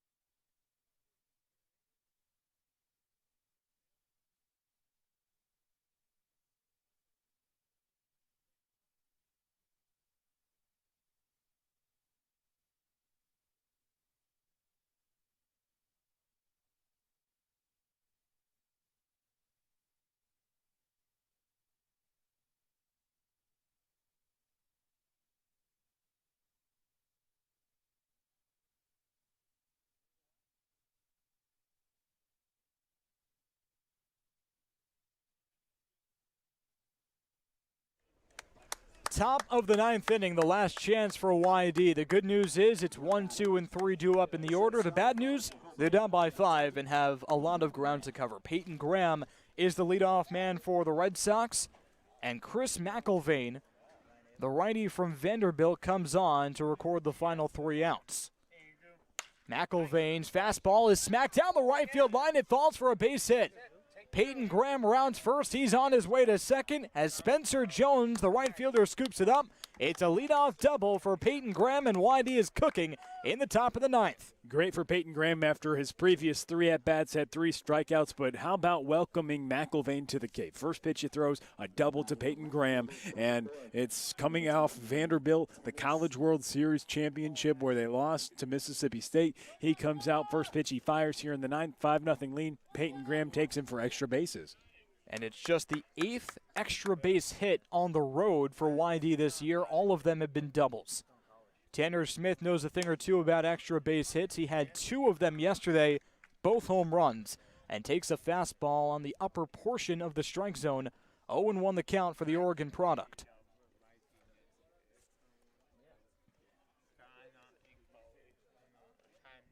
Tanner Smith swinging from the left side. Peyton Graham with a comfortable leadoff of second, and McIlvaine buries the fastball, count even at 1-1. For Chris McIlvaine, the Tennessee native at 6 foot 215, a sophomore from Vanderbilt. And you mentioned it, his first action of the year for the Whitecaps. Smith trying to keep his 6-game hit streak alive. He's 0 for 3 right now, last opportunity. Grounds it over to the right side. Should be an easy play for Neto. The second baseman throws over to first in time for out number 1 as Peyton Graham shimmies over to third. McIlvaine had a 4.02 ERA in 40 1/3 innings pitched in 2021 for Vanderbilt. 49 strikeouts, 22 walks. And Cody Huff, the Stanford product, swinging from the right side with 1 out and a runner on third, a 5-run deficit. And Huff smacks it to deep center field. Dylan Carter is under it. Peyton Graham tagging. He's on his way home. The throw down by Carter is not in time. It's wide. It goes to the backstop. Curtis Byrne couldn't keep it in front of him. And an RBI for Cody Huff as YD is on the board. It's now 5-1. Now the Brewster dugout's going crazy. They're saying he left early. The whole dugout's saying, why don't you go check? And they appeal back to third base. And the umpire, Tim Ryberg, says that he's safe. He did leave on time. And the whole dugout was yelling to check, and then they check, and then they go, oh, no. That would have been a weird way to end a game like that on an appeal. So the bases are clear with 2 outs for Drew Compton. The switch hitter swinging from the left side. That's where he's most comfortable. No balls in his strike as the changeup is down the middle. McIlvaine now has a chance to settle in. Breaking ball is down the middle again. Drew Compton with the bat on his shoulders. If he can keep the line moving, Tyler Williams would be next for Chase Luttrell. The fastball is fouled out of play.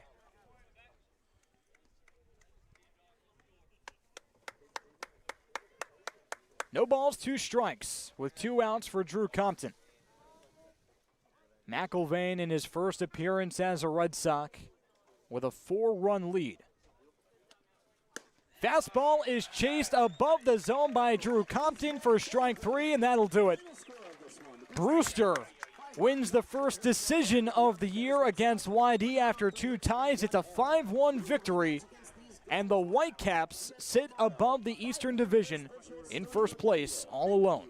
But a chance tomorrow to get back at that, equalize that, as YD's going to be right back here tomorrow. Same time, same place. YD Brewster, 2 East Division teams going to clash again, but it's the pitching. Hubbard was incredible for Brewster, and YD not able to hit again. 3 hits today and just 1 run.